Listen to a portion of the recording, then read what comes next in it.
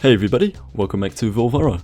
In this episode I'm going to be adding a lot more detail around the castle, mostly working on some coaster supports, some extra towers, but first, a telescope right here, which is a detail that I wanted to add in order to give a bit of a counterweight to the overwhelming presence of the gear in the build up to now. I wanted some sort of protruding structure that really points toward what's going to be the front of the castle, kind of like the front of a ship kind of thing.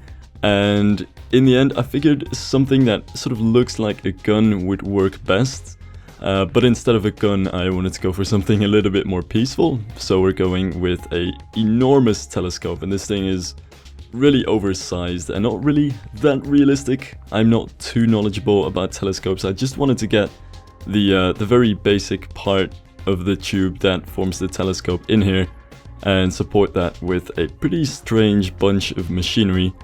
And underneath it actually I have like the scope, which is used to find what you're aiming for, and I'm not sure how much sense that really makes, since you usually find them on the top or probably on the side of a telescope.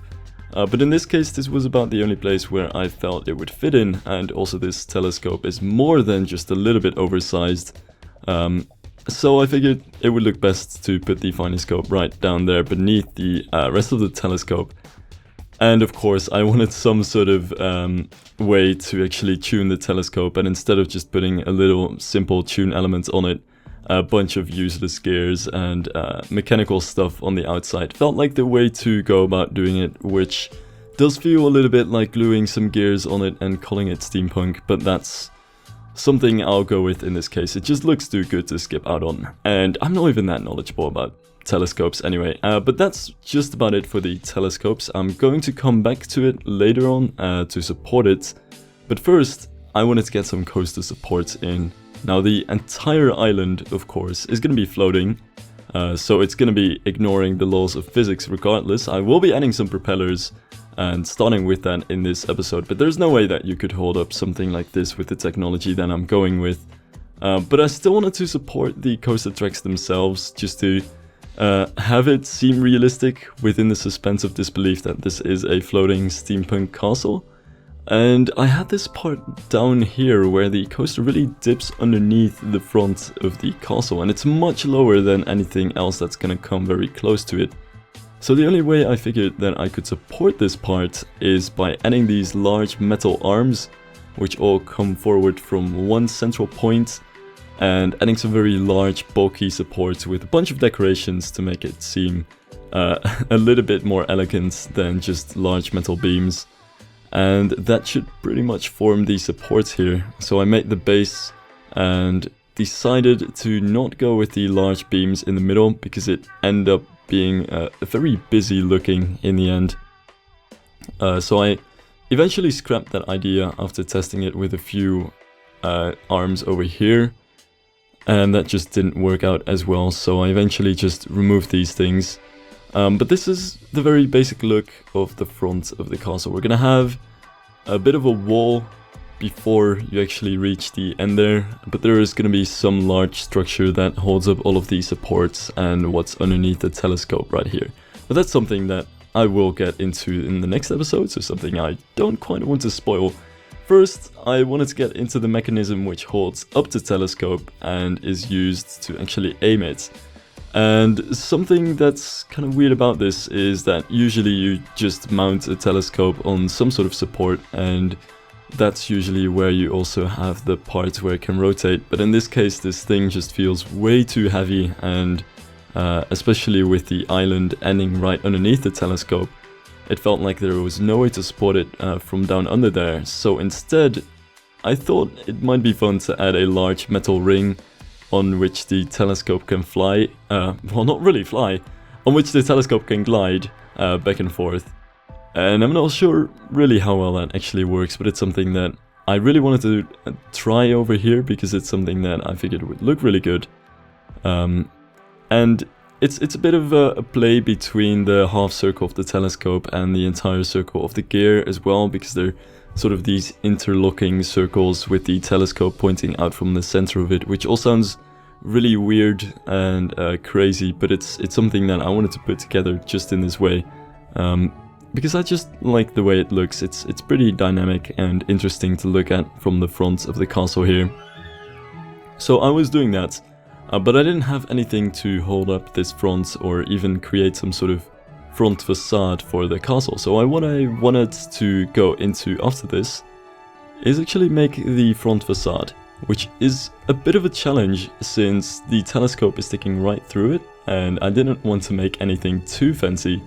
It had to be something which would look like it is the front of the building without having all of these front of the building issues like having large doors or having a large pediment in the front, because there's simply no room for that with the telescope in front of it. So what I ended up doing here is just keeping things very simple, at least in terms of how it's laid out. It's just a flat wall with a bunch of pillars on the side that just form the front facade, give it a bit of a classical front facade look to it, without any of the elements that would make it clash with the telescope, which sounds a bit weird at this point, but it's definitely going to make more sense later on in this episode, and especially in the next episode when I finish this entire area, because everything is very tightly packed together. We have the telescope right here, but there's going to be a bunch of towers on the side. There are going to be supports and machinery elements flying everywhere. So I wanted to make sure that these buildings would be just about dynamic enough to not feel like things are sticking into each other in an awkward way. And a lot of this building was just smart copy and paste work, which probably goes for much of this build as well. One of the things which I really love about the fact that we can now copy stuff around without having to keep them on the grid is the fact that you can actually just make one pillar and include the pillar top and the base, everything in that, and copy it around completely freely. So while these pillars might not be placed exactly in same distances, it does allow you to copy these around to make double pillars and stuff like that. And that's something that I haven't done before in this game, and what I wanted to try very quickly here, but what I'll definitely make a bunch more use of in the future parts of this build, since it works out quite neatly. And just to make things a bit easier for myself, I wanted to get into the decorations on the walls themselves after I finished the pillars and kind of had a clear idea of where I'm gonna have to go. And this took a bit of trial and error to get in all of the details behind here in the right spots and be able to actually select them as well, because that was actually quite tough to be able to select these pieces and bring them out without selecting the entire building. But in the end, I'm quite happy with how it turned out, and it's not the most detailed thing of the build, but it's just something that should fit in between the pillars. Then for a little bit I went back and detailed the tower a little bit more. Not that much yet, but it's something that just stuck out since the part underneath the tower is already starting to look finished, and I wanted to get an idea of what this part of the tower itself would look like before I really went on and perhaps ended up making things not fit together. So I wanted to quickly finish the detailing on the tower, which again is just a bunch of pipes and machinery elements to make it look very steampunky and retro-futuristic. And well, generally these pipes are kind of a lazy kind of element where you can just add a lot of them until it looks good. So that's what I was going for at this point, just putting a bunch of small details together until it looked good pretty much. And with that done, it's time to head into the good stuff, which is the first propeller tower. I talked about it a little bit, I believe, but I'm adding some propeller towers to hold up the entire element. About 4 or 6 of them probably in the end. It probably can't really hold up the island realistically, but it should look pretty neat, and at least kind of gives an idea of how this thing can float in some way. So this was all part of the planning of the first propeller tower. Not sure if I can give these things a fancier name, because that doesn't really sound great. It's also giving me some serious Gorillaz vibes. But anyway, yeah, this was just me putting that down for an idea of where I'm gonna place that, because before I went into the tower itself, I actually wanted to finish something which is gonna stand very close to the tower, and therefore I wanted to finish this before I went into the tower and ended up making things not fit neatly together. I wanted to make the supports underneath the coaster, which are a little bit Baron 1898 inspired, a little bit RMC inspired.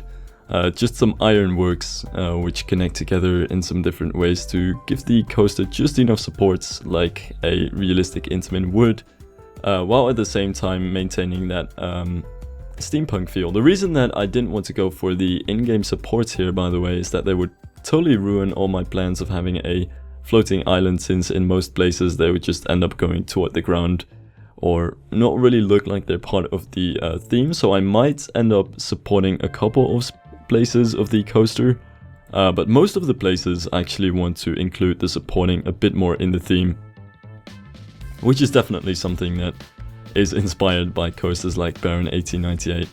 And as much as I think the coaster is kind of overrated, it's got some of the best support work that is actually incorporated into the scenery, if not the best. It's absolutely beautiful. But anyway, I wanted to do this in sort of a similar sense, in that there are just some ironwork girders over here that hold it up. And for a while I was figuring I could have an arch on that side, but in the end I actually ended up placing the arch over here because it opens up a little bit more space to make the arch a bit larger, since the coaster underneath here is going more toward the other side of the supports. So I just made a very large iron arch over here. It's not a perfect arch, but it gets the job done, and I'm actually quite happy with how it looked. Also, I didn't want to make it too overbearing, since there's going to be a bunch of scenery around this, and it's going to be tough to see what it's going to look like when everything is done, but I want it more like a very subtle support system, rather than supports claiming all of the attention like they kind of do with Baron 1898. So they're a bit more withdrawn and simple. Now for the really good stuff, now the actual good stuff that I was teasing a little bit, the tower of the propeller that I have on the side here, which is more like a turret. It's just that towers and telescopes sounded a bit better than towers and telescopes and turrets, so we're going with that name. But it's a turret in a sense that it's really just a small thing that comes out of the supporting bridge that I'll have on this side. And it's a bit of an experimentation as well, with making 1/4 of a tower and decorating that as much as I can.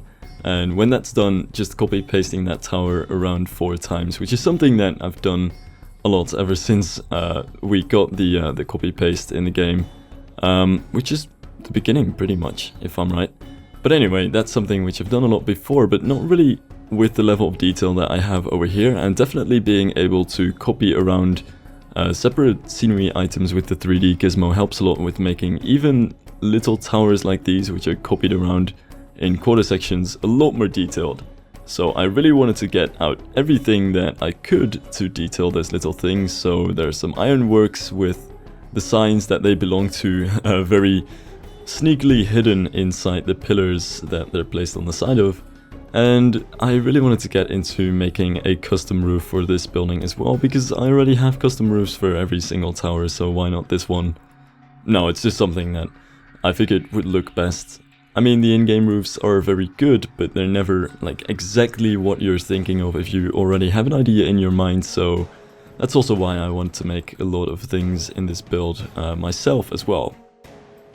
So I'm just detailing at this point, and this is a very clear idea of why this series is taking much longer than I was anticipating, and why it's kind of slow-paced. Not in the sense that, no, the time-lapses are slow. They are sped up 12 times, just as I usually do, and I even cut a lot more in these time-lapses than I usually do as well, just to make them as short as possible and get as much work done in one time-lapse as I can.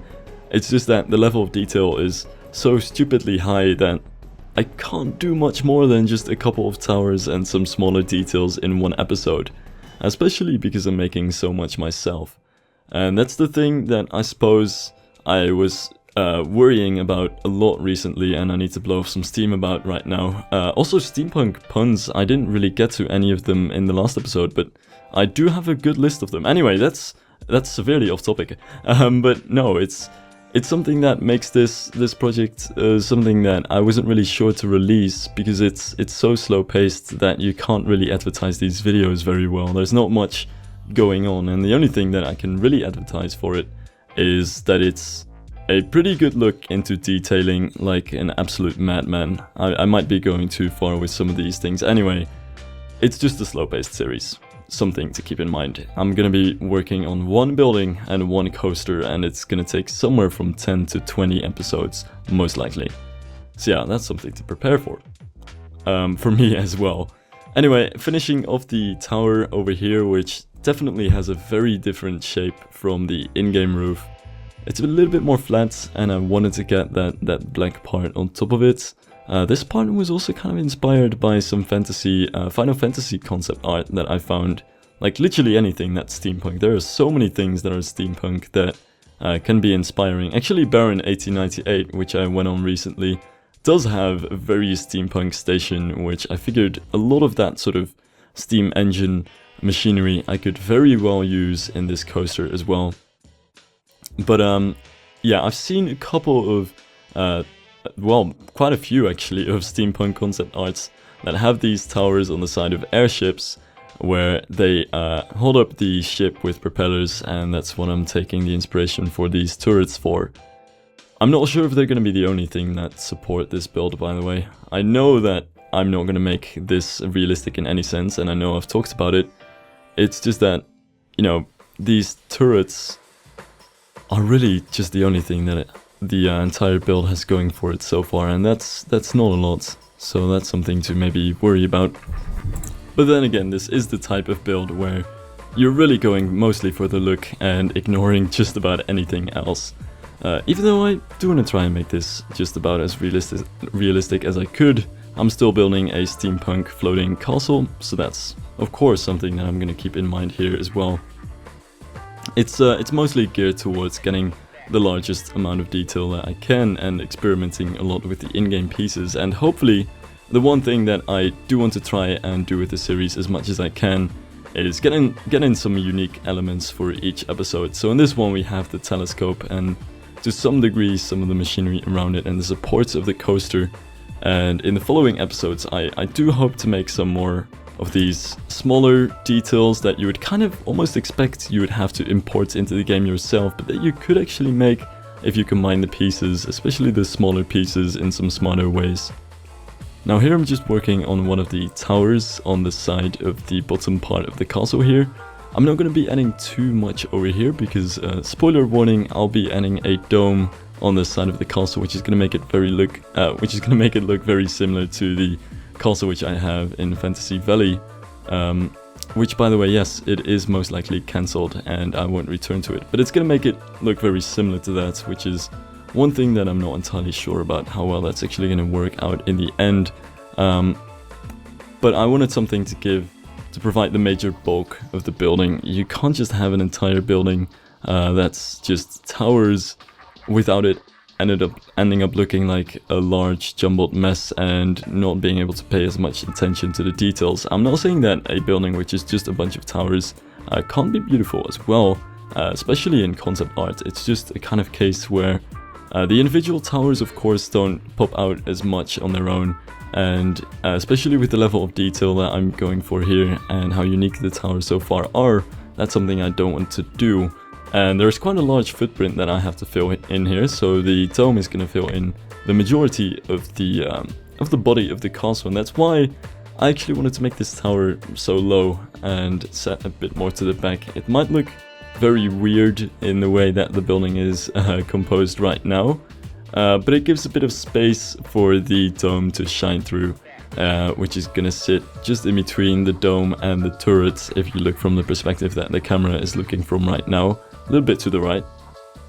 And yeah, that's why I wanted to make this tower on the side as an extra detail and as a way to prevent the building from looking very boxy and adding some extra details in there. But it's one that's quite small, and I suppose it knows its place as a little detail, but not really a very noticeable or prominent tower on the side here. And for the rest, it is already starting to look like more of the same, using many of the details in many similar ways. I did still want to make a unique roof and put together the details in different ways than I've done so far, but at this point you could probably see many of the elements returning that I've used many times before. So a lot of the wooden posts that are used to make the roofs and to make the spires and the pointy bits on top of them, a lot of the primitive elements actually that I use for many of the golden details and elements on top of the spires are coming back many times, and the fountain pieces that I love using to make all of the sides and like the bases for the towers are an object that I want coming back a lot as well. So you can definitely tell which kinds of objects I'm gonna be working with most throughout this series. I do want to break that up a little bit because I'm already starting to feel like I'm entering like the sort of zone where the theme is getting comfortable, and that's actually what I want to avoid, because while it's something that can definitely make your building process a lot faster and more efficient, it's something that can end up making things not as creative or not as inventive. So I don't want to become too comfortable with the theme. But yeah, you can definitely tell some things are coming back quite a bit here. Which is also why I'll figure out some different things to build in this build other than towers and the things that I've been doing so far. But anyway, I've been talking a lot about the future. This is almost the end of this episode. Just wanted to quickly add a steam machine over here to control where the telescope is going, but a lot of this area will be finished and connected in the next episode. So I hope you guys enjoyed this episode. Thank you guys for watching, and I'll see you in the next video.